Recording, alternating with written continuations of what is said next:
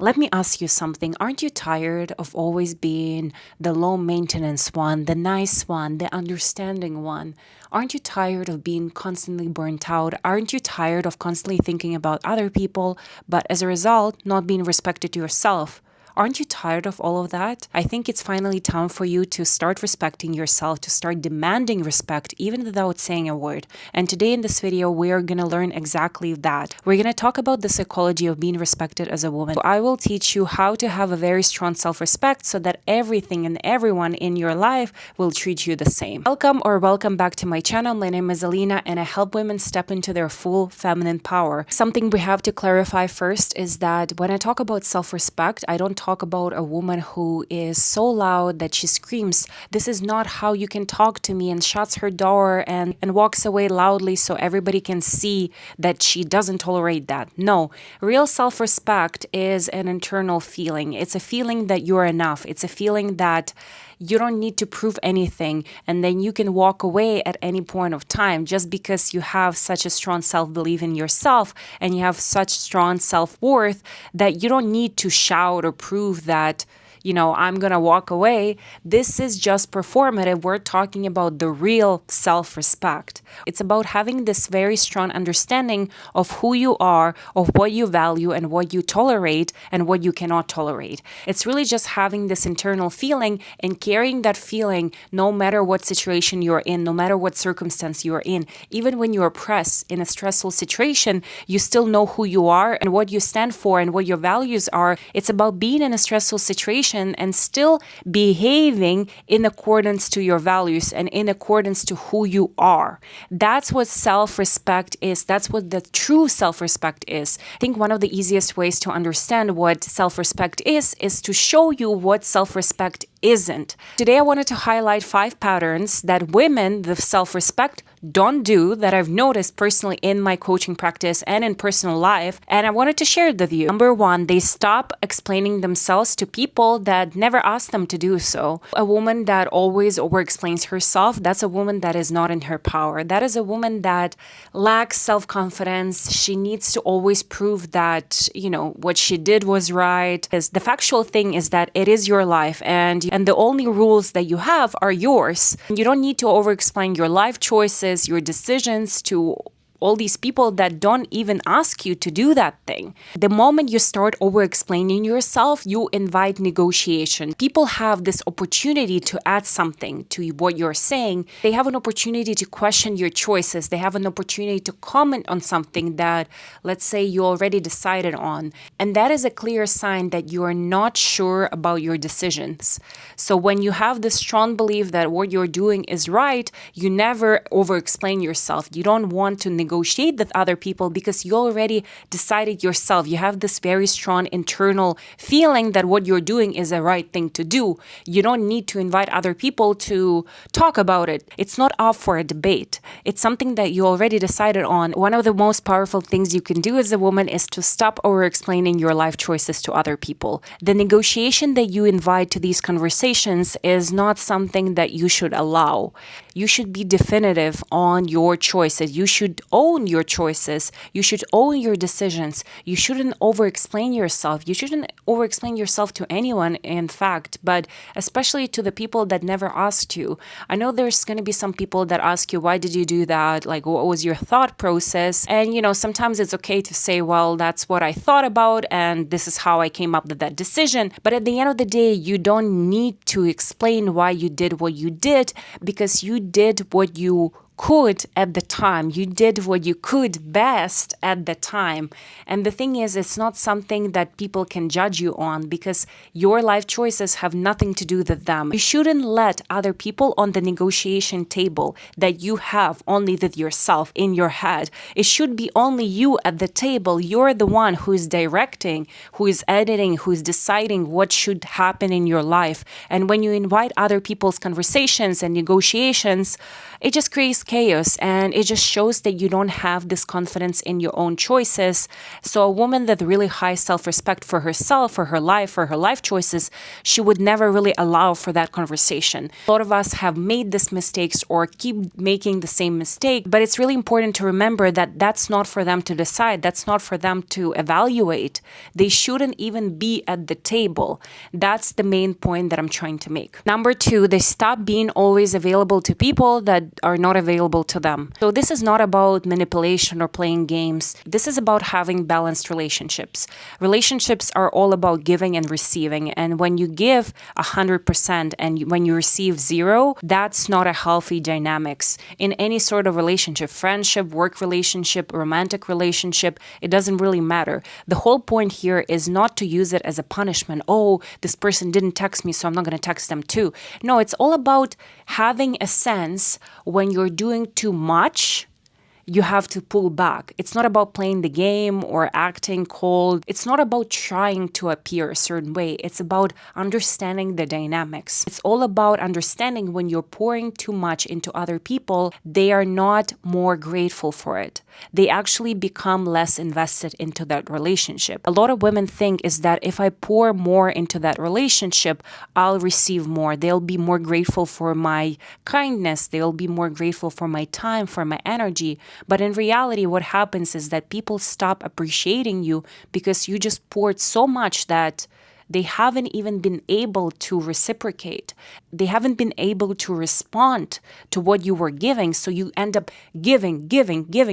And then at the end, they feel confused because they haven't done the same for you. It teaches other people that you don't value yourself, that you don't have self-respect for yourself, for your time, for your energy, because they haven't been responding, they haven't been reciprocating, and you're still continuing to give and give and give. So you see, there's this big problem because in their head, they cannot understand where you're coming from. It makes them less invested.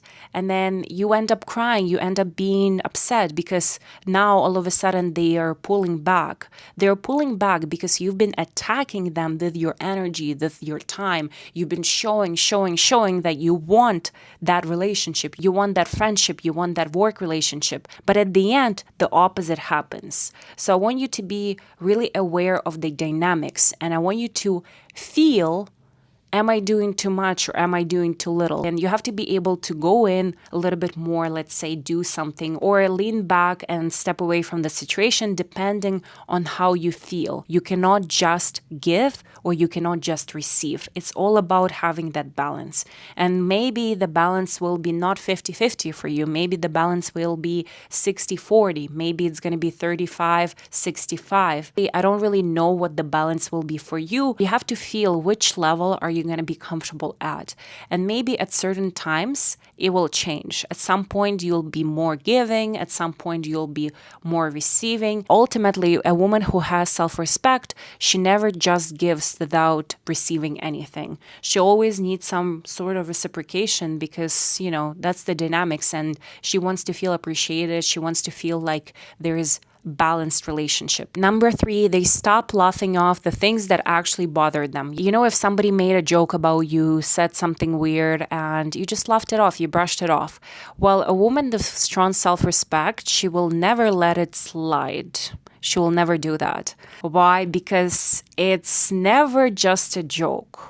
It's always meant to trigger you, to do something to you, especially when it's rude, especially when it's mean, especially when it points out something that is just offensive. When you laugh things off, it teaches people that they can do the same thing over and over again. It teaches them, next time I can joke about something else. It teaches them that they can do something that is even worse next time, and worse and worse and worse. And over time, you wouldn't even notice that it just got so much worse progressively just because you didn't have enough self-respect to say that that's not okay for you. A woman with strong self-respect would never laugh something off if that actually bothered her. If something bothered her, she would make it known to the person that that wasn't okay for her. She would actually say, you know what, this pissed me off. It made me angry. This bothered me. And I think it's all about communication, but also not being scared of losing that person if you express your true emotions. We need to remember that if we express our emotions and how we felt in that moment, the right person will never take it as a threat. You expressing your emotions and being clear on what you tolerate and what you don't tolerate shouldn't really make the person leave you. The right person will never leave you if you express your emotions, and if you say to them that that wasn't okay to me. They wouldn't take it as an offense because they understand that you're a human that has feelings, and if you're really good at communicating them, they will know that they shouldn't do that next time. And this is why communication is a key, but also not being scared of expressing yourself in an authentic way. Because if the person is not willing to adjust and talk through the issues that you have, that their behavior, then that person is not really capable of creating a relationship. Important aspect of any relationship is to be able to reflect, is to be able to adjust and change. And when the person is not willing to do that for you, you just know that they just don't feel that strong about you, or they just don't have the emotional capability, the emotional intelligence capability, I would say, to adjust that, to think over their behavior. They see no issue with that, even if you express your concerns. Even if you said that that's not okay with you, I think it's more scary to lose yourself than lose that relationship. Because when you're true to yourself, you live your best life because you keep thinking about your values, you keep living in accordance to your values, and you're just authentic to yourself, and that is a happier life. Number 4, they stop adjusting themselves just to fit in, just to be liked by other people. A lot of us, when we were raised, were told to be easy to be around, that we shouldn't really disagree with people, we should be nice, we should fit in, and maybe not even express our opinions. This can often lead to a concept called self-silencing, is when we silence ourselves, our thoughts, our opinions, our feelings, just to maintain the relationships that we have. And it's something that I've seen over and over again. Oh, I have an opinion, but I'm not going to say that because my friends are going to think that I'm weird, or I just don't want to ruin our relationship, even though I have a very different perspective on this, even though I think something completely different. These are the things that I keep hearing over and over again in a lot of my coaching clients. The situations are often so similar. It's often the same thing over and over again. I cannot say something. I cannot be like this because they're going to think I'm not one of them, because they're going to think that I'm not as nice, or they're going to think that this is a weird take, this is a wild take. They're going to think that, I shouldn't be a part of that group, blah, blah, blah. It's always the same thing. I think one of the worst things about self-silencing is that you're not really respecting your views. It's not about arguing with people or having these very strong opinions like, oh, we're going to fight and I'm going to tell you that my opinion is better than yours. No, it's not about that. It's about having a point. It's about respecting yourself enough to show that you have another opinion. It is about just showing up as authentically as you can. It's about having respect for your own views, for your own opinions. And lastly, number 5, they stop seeking external validation. They first check in with themselves. They first check in with their own inner voice. So something that I see so often is women trying to outsource their decisions to their friends, let's say a group chat. Sometimes receiving advice from a friend is really helpful, but most of the time it's so much better to check in with yourself, because you have this very strong self-trust in your perception of the situation. If you feel what you feel, it's not overreacting. You have a hunch on something, and that has a lot of meaning, that has a lot of depth to it. And when you go to your friends and ask for confirmation, is this valid? Should I think this way? It just erodes your self-trust in yourself. Women with strong self-respect, they learn that they have to take their feelings, their perceptions as a very serious first step. They shouldn't think that, oh, this is not important, I'm going to check in with other people first to see what they think about the situation. So they see it as the most important first step. Then they can resort to some validation from other people. But they validate themselves first. They validate their own thoughts and their own opinions first, because they have the self-trust and they have the self-respect for their own views again and for their own feelings. When you get this internal feeling that something is not right, that you should do this, this is a really good first step in whatever you're trying to do.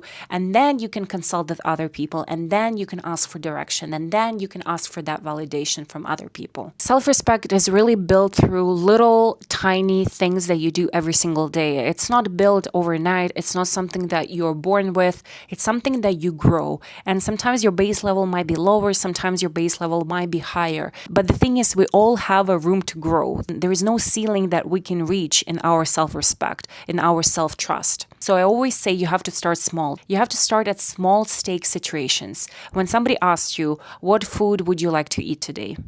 You shouldn't say, oh, anything, but you had something else in mind. When you have in mind something, let's say, I want to eat Japanese, but you're like, should I say it? Should I not? You just say, yeah, I was actually thinking maybe Japanese. That's a really good way to start building that self-respect, because when you have an opinion, when you're able to express something, even simple as, I want to eat this kind of cuisine tonight, or this is the movie that I actually want to watch. These small steps, they teach you how to trust yourself. They teach you that, you're allowed to express yourself. You're allowed to stand up for what you want. You're allowed to have preferences. You're allowed to express what you tolerate and what you don't want to tolerate today. So these things, they really start building that self-respect for you. And the higher you go, the more you'll see that you're improving, the more you'll see your self-respect growing and growing and growing. And over time, this will be just automatic for you. You wouldn't need to even think about it. It will just happen naturally. But unfortunately, you cannot have self-respect if you don't know yourself. So if you still don't know who you are, what you stand for, what are your values, what you like, what you don't like, what you tolerate, and what you cannot absolutely tolerate, really advise you to invest your time and energy into finding that out, because you cannot move forward if you haven't spent time by yourself, if you haven't had a one-on-one conversation with yourself, if you haven't been able to enjoy your own company.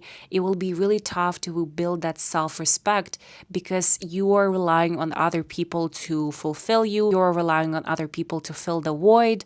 And if you're still not happy and content by yourself, and if you don't know who you are, you will have a hard time with being respected as a woman. So even if you've heard my whole video on what not to do, on what to focus on in self-respect, if you still don't know who you are, if you still feel like you don't know what you like and what you tolerate, you should really invest time in that before you even think about self-respect. You cannot really be respected as a woman if you haven't invested time into learning about yourself. You have to know who you are as a person, as a woman, as a sister, as a mother, as a girlfriend, as a wife, as a friend, as a coworker. That is really your foundation that you build on. And the self-respect that you build would be the walls that is holding that building together. It's having this internal confidence that you know yourself enough to not abandon yourself to manage other people's comfort. Thank you so much for watching my video, and I hope to see you again in my new videos. And if you still haven't subscribed to my channel,